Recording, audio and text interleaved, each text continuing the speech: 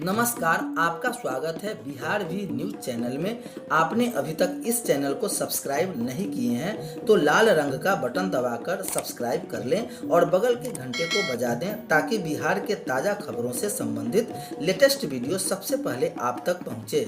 उप मुख्यमंत्री का शिक्षकों को भरोसा। उप मुख्यमंत्री तारकिशोर प्रसाद ने पंचायती राज एवं नगर निकाय शिक्षकों को आश्वासन किया है कि उनके मूल वेतन में गत 1 अप्रैल से हुई 15% वृद्धि के भुगतान पर वित्त विभाग शिक्षा विभाग को जल्द परामर्श भेजेगा। उप मुख्यमंत्री श्री तारकिशोर प्रसाद ने यह आश्वासन शुक्रवार को पंचायती राज एवं नगर निकाय शिक्षकों के प्रतिनिधि मंडल को दिया। भारतीय जनता पार्टी के प्रदेश उपाध्यक्ष मिथिलेश कुमार तिवारी के साथ बिहार पंचायत नगर प्रारंभिक शिक्षक संघ के प्रदेश अध्यक्ष आनंद कौशल सिंह के नेतृत्व में प्रतिनिधि मंडल उप मुख्यमंत्री श्री तारकिशोर प्रसाद से मिला। प्रतिनिधि मंडल ने यह आश्वासन दिया कि प्रतिनिधि मंडल ने अपने ज्ञापन में कहा कि शिक्षा विभाग का प्रस्ताव महीनों से वित्त विभाग में लंबित है। प्रतिनिधि मंडल में संगठन के प्रदेश उपाध्यक्ष प्रकाश कुमार, प्रदेश उप सचिव प्रेम सखी कुमारी, गोपालगंज जिला अध्यक्ष प्रकाश नारायण, संरक्षण राकेश कुमार और पटना जिला के वरीय उपाध्यक्ष अशोक कुमार सिंह प्रतिनिधि मंडल में शामिल थे। दूसरी ओर परिवर्तनकारी शिक्षक महासंघ के प्रदेश कार्यकारी संयोजक नवनीत कुमार एवं प्रदेश संगठन महामंत्री शशिर कुमार पांडे द्वारा मुख्यमंत्री को संबोधन में ज्ञापन में पंचायती राज एवं नगर निकाय शिक्षकों के मूल वेतन में 15% की वृद्धि के भुगतान के साथ न्याय निर्णय के आलोक में कार्यरत अप्रशिक्षित शिक्षकों के वेतन भुगतान, 9 प्रशिक्षित शिक्षकों के अंतर वेतन एवं हड़ताल अवधि के वेतन भुगतान का आग्रह किया है। ज्ञापन में चयनित शिक्षक अभ्यर्थियों को नियुक्ति पत्र देने, प्रधान शिक्षक एवं प्रधानाध्यापक की नियुक्ति के मामले में 8 वर्षों की सेवा वैधता की समाप्ति का अनुरोध किया है। इधर सरकार ने त्योहारों पर अलर्ट किया, नई गाइडलाइन जारी कर दी। कहा, आगामी त्योहारों तथा कोरोना संक्रमण के प्रसार की रोकथाम को लेकर सरकार फूंक फूंक कर कदम रख रही है। शुक्रवार को सरकार ने कहा, कोरोना के काल लागू प्रतिबंधों में और छूट दी गई, वही आगामी त्योहारों में जुटने वाली भीड़ के प्रबंधन को लेकर नई गाइडलाइन जारी की गई। मुख्यमंत्री नीतीश कुमार ने अनलॉक 7 से संबंधित आपदा प्रबंधन समूह की बैठक के बाद ट्वीट कर कहा कि आगामी त्योहारों के दौरान जुलूस तथा भीड़ प्रबंधन के लिए जिला प्रशासन आदेश जारी करेगा। नई गाइडलाइन के तहत कोरोना संक्रमण के ज़्यादा मामले वाले राज्य से आने वाले यात्रियों की अनिवार्य कोविड जांच कराई जाएगी। सभी पात्र व्यक्तियों का टीकाकरण कराया जाएगा। बैठक के बाद मुख्य सचिव त्रिपुरारी शरण, गृह विभाग के अपर मुख्य सचिव और पुलिस महानिदेशक ने बताया कि जिला प्रशासन की आवश्यकता अनुसार प्रतिबंध व छूट देने के लिए अधिकृत किया गया है। आगामी त्योहारों के दौरान राज्य के बाहर से आने वाले यात्रियों की वही संख्या को देखते हुए तथा उनके कारण कोविड के संभावित प्रसार को रोकने के लिए भीड़ प्रबंधन तथा जुलूस आदि पर प्रभावी नियंत्रण के लिए जिला प्रशासन द्वारा स्थानीय स्तर पर आदेश जारी किया गया।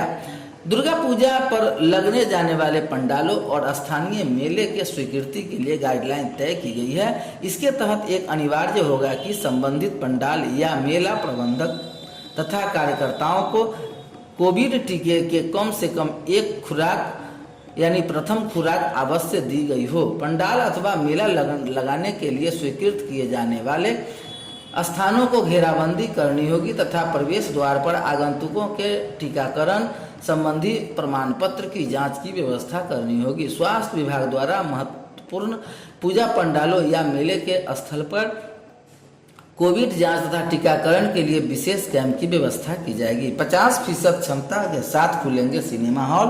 पटना के सभी सिनेमा हॉल दर्शकों की कुल क्षमता की 50% के उपयोग के साथ सामान्य रूप से खुल जाएंगे। प्रबंधन यह सुनिश्चित करेगा कि आगंतुक दर्शकों द्वारा सोशल डिस्टेंसिंग तथा मास्क पहनने आदि से संबंधित कोविड अनुकूल व्यवहार का अनिवार्य अनुपालन किया जाए। सरकार ने कोविड को लेकर लागू प्रतिबंधों में दी और छूट जुलूस व भीड़ भाड़ के लिए जिला प्रशासन देगा आदेश। संक्रमण वाले राज्यों से आने वाले यात्रियों की होगी जांच। सभी पात्र लोगों का कराया जाएगा कोरोना टीकाकरण। पूजा पंडालों में लगने वाले कोविड जांच के टीकाकरण का कैंप पर ध्यान दिया जाएगा। इधर 15 नवंबर से आंगनबाड़ी केंद्र और प्री स्कूल खुलेंगे।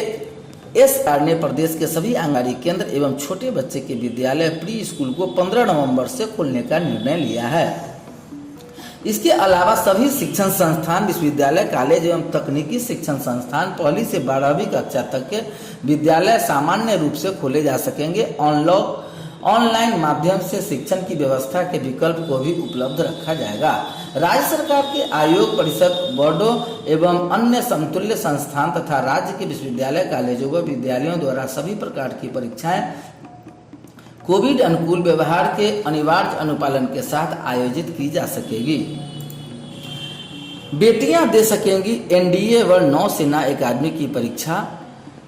महिला उम्मीदवार राष्ट्रीय रक्षा अकादमिक एनडीए और नौसेना अकादमिक परीक्षा 2021 में शामिल हो सकेगी। संघ लोक सेवा आयोग यूपीएससी ने परीक्षा के लिए अपनी वेबसाइट पर महिलाओं के लिए आवेदन का ऑनलाइन पोर्टल खोलने का निर्णय लिया है।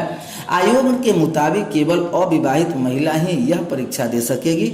सुप्रीम कोर्ट के निर्देश के अनुपालन में यह आदेश जारी किया गया है। इसके साथ ही अब एनडीए परीक्षा जैसी वह सर्विस के महिलाओं की भागीदारी सुनिश्चित की जा सकेगी। कई महिलाएं लगातार सैन्य सेवा में जाने की इच्छा जाहिर करती रही। आयोग ने कहा कि शारीरिक मानक व महिला उम्मीदवार के लिए रिक्तियों की संख्या रक्षा मंत्रालय से प्राप्त होने के बाद अधिसूचना जारी की जाएगी।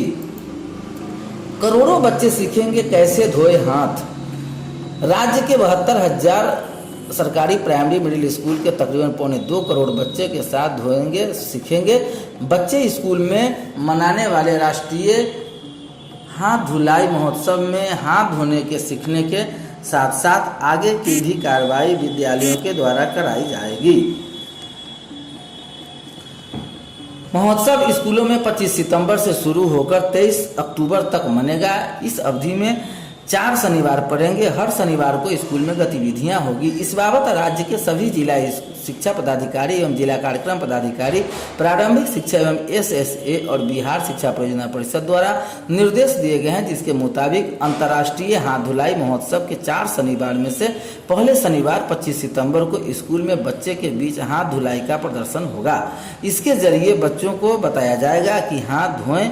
इनमें यह भी बताया जाएगा कि हाथ धोना क्यों जरूरी है तथा कब कब और किससे हाथ धोया जाना चाहिए। बच्चों को इस बात के लिए जागरूक किया जाएगा और विभिन्न प्रकार के संक्रमण से बचने के लिए हाथ धुलाई अत्यंत आवश्यक है। साबुन के साथ धोने से डायरिया, दस्त, पीलिया जैसे रोगों से बचना कैसे जरूरी है। अब तो कोरोना वायरस से बचाव के लिए भी यह आवश्यक हो गया है।